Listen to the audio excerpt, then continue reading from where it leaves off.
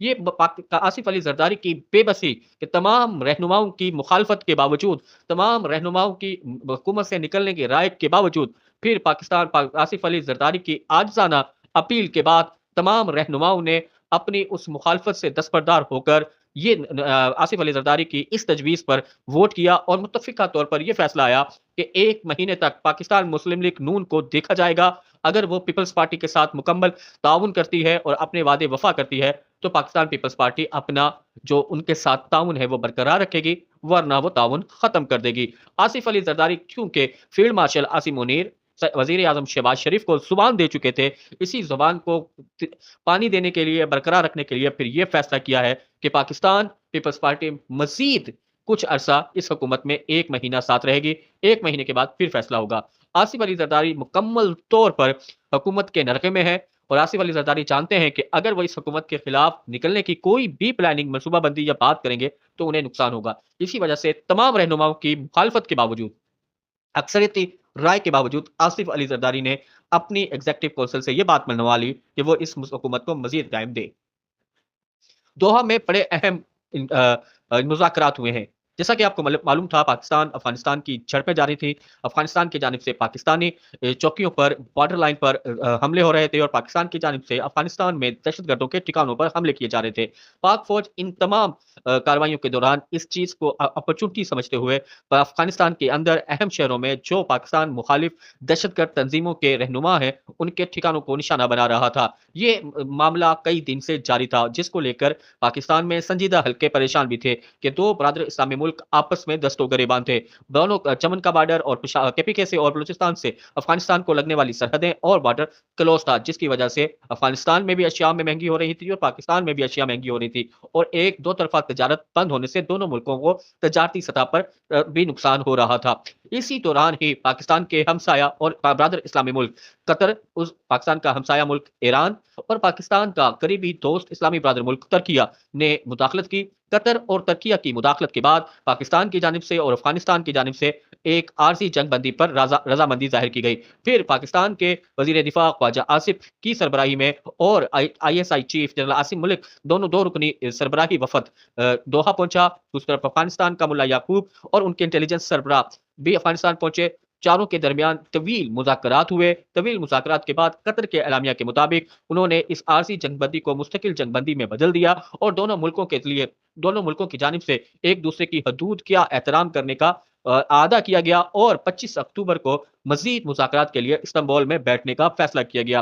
اس کے بعد پاکستانی وزیر دفاع خواجہ آصف کا ٹویٹ سامنے آیا، جس میں انہوں نے یہ اظہار کیا کہ دونوں ملکوں نے جنگ بندی پر رضامندی ظاہر کی ہے۔ افغانستان نے اس بات کی ضمانت دی ہے اور اس بات کا اعادہ کیا ہے کہ وہ افغانستان کی سرزمین پاکستان کے خلاف استعمال نہیں ہونے دے گا۔ پاکستان کی جانب سے بھی اس بات کا کہا گیا کہ پاکستان بھی افغانستان کی حدود کا احترام کرے گا۔ اس کے بعد افغانستان کے ملا یعقوب کا بھی ٹویٹ سامنے آیا، ذبیح اللہ کا بھی ٹویٹ سامنے آیا، جنہوں نے جنگ بندی کی تصدیق کی اور مذاکرات کے حوالے سے حوصلہ افزا باتیں کی۔ ترکیہ کی جانب سے بھی دونوں ملکوں کے درمیان مذاکرات کی حمایت کا اعلان کیا گیا اور دونوں ملکوں کے درمیان سیز فائر کی تصدیق کی گئی اور مزید مذاکرات کے لیے استنبول میں جو ملاقات ہوگی اس کی تصدیق ہوئی۔ اس وقت تک پاکستان اور افغانستان کی دونوں قیادتوں نے بڑے تدبر کا مظاہرہ کیا ہے، تحمل کا مظاہرہ کیا ہے۔ تدبر اور تحمل کے مظاہرے میں جو ایک ہفتے سے جاری جھڑپیں ہیں وہ رک چکی ہیں، دونوں طرف سے خون بہنا بند ہو چکا ہے۔ بارود کی بو کے بجائے مذاکرات کی ٹیبل پر اور چائے کی چسکی پر دونوں ممالک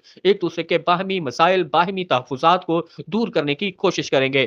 خواجہ آصف کے افغانستان مخالف اور افغان طالبان مخالف ٹویٹس کے باوجود اور جذباتی ٹویٹس کے باوجود، انہیں غدار، دہشت گرد، منافق اور بے وفا قرار دینے کے باوجود، دوحہ میں مذاکرات کی ٹیبل پر قطر اور ترکیہ کی ثالثی میں افغانستان کی بات کو سننا، عزت دینا بڑا اہم ہے۔ اور دوسری جانب افغانستان کی جانب سے ہندوستان کے ساتھ دوستانہ تعلقات بڑھانے اور ایک طرح کا بادی النظر میں نظر آ رہا تھا کہ افغانستان ہندوستان کی پراکسی کے طور پر خطے میں کام کر رہا ہے۔ اس تمام خدشات کے باوجود افغانستان کی قیادت کا مذاکرات کی ٹیبل پر پاکستان کے تحفظات کو بغور سننا اور اس کے لیے مزید ٹائم دینا، یہ بھی خوش آئند ہے۔ دونوں برادر اسلامی ملک کی جانب سے ایک دوسرے کو عزت دینا، ایک دوسرے کے تحفظات پر بات کرنے کے حوالے سے مل بیٹھنا ایک اچھا شگون ہے۔ امن کو موقع ملا ہے، امن کے لیے دونوں ملک ساتھ بیٹھے ہیں۔ انشاءاللہ تعالی جلد ہی ہم یہ دیکھیں گے کہ دونوں ملک ایک مرتبہ پھر اسلام اپنے ایک دوسرے کے تحفظات کو دور کرتے اسی طرح برادرانہ اور دوستانہ تعلقات بحال کریں گے۔ افغانستان پاکستان میں دہشت گردی بند کرے گا اور پاکستان افغانستان کی سرحدوں کی احترام کرے گا۔